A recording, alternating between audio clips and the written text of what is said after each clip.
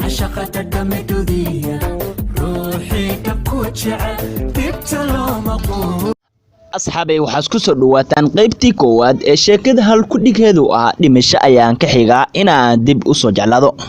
sheekada waa qiso jacayl oo dhab ah oo ku dhacday lamaana Soomaaliyeed. qisadan ayaa ah mid xambaarsan murugo iyo tiiraanyo xanuun badan.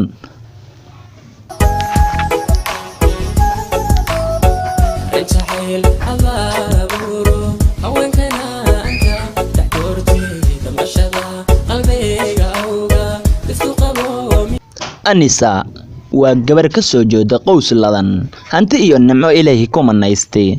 Anisa waalidkeeda wuxuu ahaa mid adag markastana kontarool xaaladda Anisa. waalidka Anisa waxay jecel yihiin in gabadhooda heer sare ka gaarta dhanka waxbarashada sida waalidiinta kale ay u jecel yihiin in ubadkooda noqdo kuwa waxbarta mustaqbalna ah leh. Anisa waa gabar qurxoon, waa gabar dheer oo ilka siman oo qurxoon leh. dhowl cadeyskeeda ayaa ragga inta badan saameeya. Anisa waxay wax ka baran jirtay iskuul Imaam Shaafici ee magaalada Muqdisho. waxay ahayd gabar inta badan la soo doono gaari lagu soo qaado. waxa soo dooni jiray aabaheed. waxay ahayd gabar ladan inta dibna aad ka muuqan iskana faraxsan xilli walba. Anisa guriga ay degan yihiin waxa ku baday in habeen kasta u soo dhaco tuug. markii dambe Anisa waxay reerkeeda go'aansadeen in guriga loo yeelo waaridiyo si loo nabad galo tuugga aadaystay in habeen kasta dhac u geysta xaafadooda. waxaana waaridiyo loo dhigay wiil mar dhow laga keenay baadiyaha Xamar magaciisu yahay Ridwaan. Anisa waxay ka heshay wiilkii waaridiyaha ahaa waxayna u qaatay jacayl. waan huba jacayl bay haleenoy haye halista beerkiyo halbuu lahayo harsade. waan huba jacayl bay haleenoy haye halista beerkiyo halbuu lahayo habeen kasta waaridiyaha waxay u samayn jirtay casho aad u macaan dhadhankeena sareeya. Anisa looma ogola inay jikada gasho. wax allaala waxay u baahantahay cunto ah waxa u soo diyaariya booyasada ama shaqaalaha guriga gabadha ka ah. Anisa waxay ku cantooday inay cuntada ay kariso gabadha booyasada ay ka jeceshahay mid ay iyada gacanteeda ku karsato. waalidka Anisa markasta wuxuu buran jiray oo guriga ka ceerin jiray booyasad kasta oo cunto fiican aan u karin Anisa. laakiin Anisa jikada waxay u gashaa si ay u kasban lahayd wiilka waaridiyaha ah. uma quurto inuu cuno wax ay karasay gabar shaqaale ah ama booyasada guriga.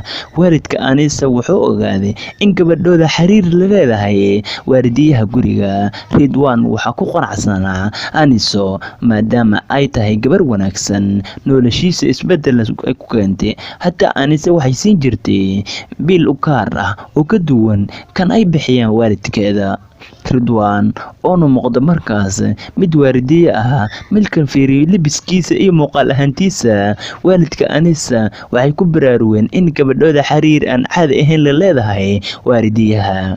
Anisa waxa lagu taliyay inay ka harto ninkan waaridiyaha ah haddii ay u baahato nin la siinayo nin iyada ku level ah oo ku nolol ah.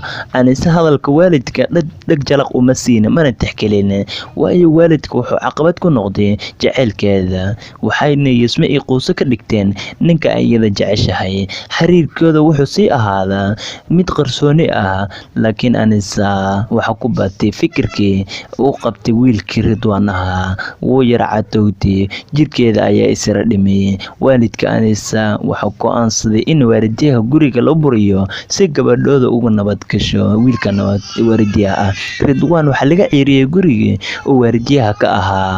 Anisa kuma farxin tilaabada ay qaadeen waalidkeeda. waxayna tiri haddii Ridwaan guriga laga racdeeyo anigana ku iskaga tagaya gurigan. talada guriga markasta waalidka ayaa iskale laakiin aniga wax tixgelin ah ma dhihi. qalbiga waxa xaga dareenkaada iyo hadalka ay si raacaysay. Anisa si qarsooni ah ayaa lacag u siin jirtay wiilkii Ridwaan ah. waxayna tiri iibso mobile ha ka walwalin aniga ayaa kuugu fidhiya markasta uu soo wargeli xaaladaada.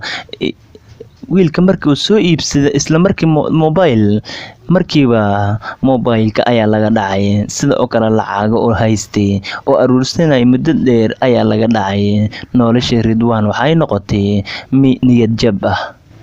haddaba la soco qaybta labaad. इतना प्यारा है ये प्यार प्यारा प्यारा